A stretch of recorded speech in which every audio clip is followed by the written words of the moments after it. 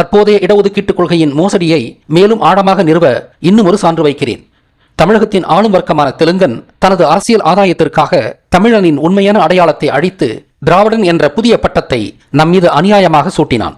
நாமெல்லாம் திராவிடர் என்ற ஒரே சமூகம் என்றான். ஆனால் அரசதிகாரத்தில் இருந்த அவன் இடஒதுக்கீட்டின் எஸ்சி, எம்பிசி, பிசி, எஃப்சி என்ற அனைத்து பிளாக்குகளிலும் முடிந்தவரை தனது தெலுங்கின மக்களையே தேர்ந்தெடுத்து அமர்த்தி தமிழ் சமூகத்திற்கு தொடர்ந்து துரோகங்கள் செய்த வண்ணம் உள்ளான். வெறும் 8% குறைவாக உள்ள வந்தேரி தெலுங்கன் இன்று தமிழக அரசு பதவிகளில் 60%க்கும் மேலாக ஆக்கிரமித்துள்ளான் என்பது எதை குறிக்கிறது? இந்த பிளாக் ரிசர்வேஷன் கொள்கை ஒரு மோசடி கொள்கை என்பதைத்தானே குறிக்கிறது. இதற்காகவும் தான் அவன் சாதி இல்லை என்று நயவஞ்சகமாக விடாமல் கூவிக்கொண்டிருந்தான் என்பது புரிகிறதா? சாதி இல்லை என்பதை ஏற்றால்தானே பிளாக் ரிசர்வேஷன் கொள்கையை ஏற்க முடியும்.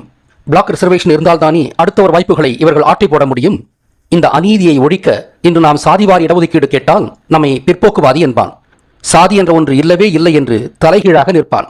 ஆனால் பணிகளுக்கு தேர்வு செய்யும் போது இவனது கண்களுக்கு தெலுங்கு சாதிகள் மட்டுமே தெரியும். இப்படி தெலுங்கனே கடந்த 50 ஆண்டுகளாக பெரும்பான்மை பதவிகளில் அமர்ந்திருந்ததால் தான் தமிழருக்கும் மிகப்பெரிய பின்னடைவுகள் ஏற்பட்டன. இந்த நிலையில் நாளை தமிழனே தமிழகத்தின் ஆட்சியை கைப்பற்றினாலும் பொருளாதார மற்றும் அரசியல் பலம் உள்ள ஒரு சில தமிழ் சாதிகளே அனைத்து வாய்ப்புகளையும் பகிர்ந்து கொண்டு எளிய சாதிகளுக்கு அநீதி இழைப்பார்கள்.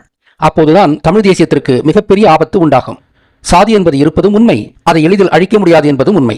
அதனால் சாதிகளின் மக்கட்தொகை விகிதாச்சாரப்படி சாதிவார் இடஒதுக்கீட்டை சட்டமாக்கினால் அனைத்து சாதிகளும் சமமான வாய்ப்புகள் பெற்று அனைத்து சாதிகளும் சம அந்தஸ்தோடு வாழும் நிலை ஏற்படும். சட்டமன்ற உறுப்பினர், நாடாளுமன்ற உறுப்பினர் உட்பட்ட அனைத்து அரசு பதவிகளும் இந்த விகிதத்திலேயே தேர்ந்தெடுக்கப்படும் போது ஆட்சி அதிகாரம் ஏதோ ஒரு சில குறிப்பிட்ட சாதிகளிடம் சிக்கிக்கொள்ளாமல் அனைவருக்குமான நிர்வாகமாக அது இருக்கும்.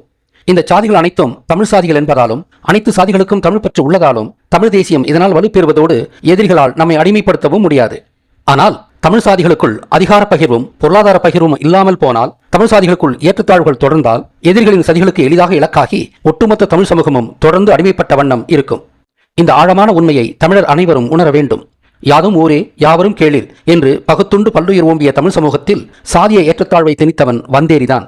அந்த ஏற்றத்தாழ்வை தொடர்தல் தமிழின மாட்சிக்கும் மீட்சிக்கும் ஒவ்வாதது என்பதை நாம் அனைவரும் உணர வேண்டும். நமது உடலின் ஒவ்வொரு அங்கமும் நலமாகவும் வளமாகவும் இருந்தால்தான் நமது ஒட்டுமொத்த உடலும் மனமும் சுகமாக திளைத்திருக்கும். அதே போல தமிழினத்தின் அங்கங்களான அனைத்து சாதிகளும் வளமாகவும் நலமாகவும் வாழ்ந்தால்தான் நாம் வாழும் உலகம் இன்பமயமான உலகமாக இருக்கும். தமிழர் அனைவரும் தமிழன்னை என்ற ஒருதாய் வயிற்று பிள்ளைகள் என்ற பாச உணர்வோடு வாழ வேண்டும். தமிழகத்தின் ஒவ்வொரு சாதியும் மற்ற சாதிகளுக்கு எந்த வகையிலும் அச்சுறுத்தல் இல்லாமல் வாழ பழக வேண்டும். தமிழின மீட்சிக்கு இவை இன்றியமையாதவை.